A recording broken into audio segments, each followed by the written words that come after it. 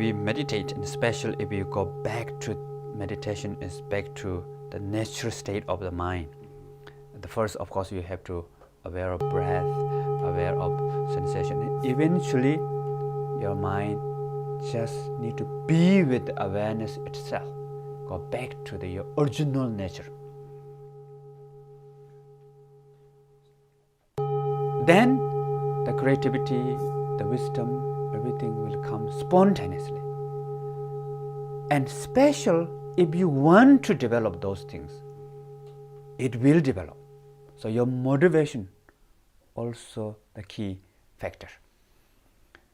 Many meditators in Tibet, they don't want to have anything, so they may not develop.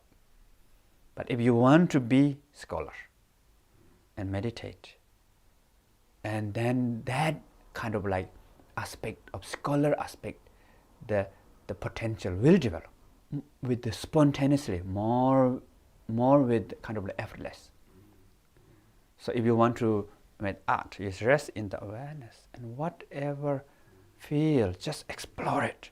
Don't control it.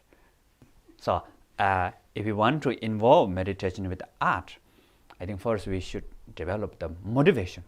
I want to practice meditation with art together to benefit for me, of course, your family, friends, all beings, to be able to connect with their true nature and to be free.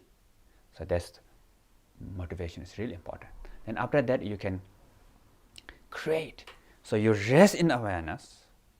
Within that state, whatever your heart tells, whatever your intuition, you don't have to think too much.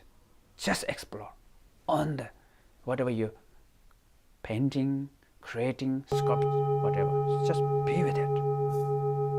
And that spontaneous creativity may come.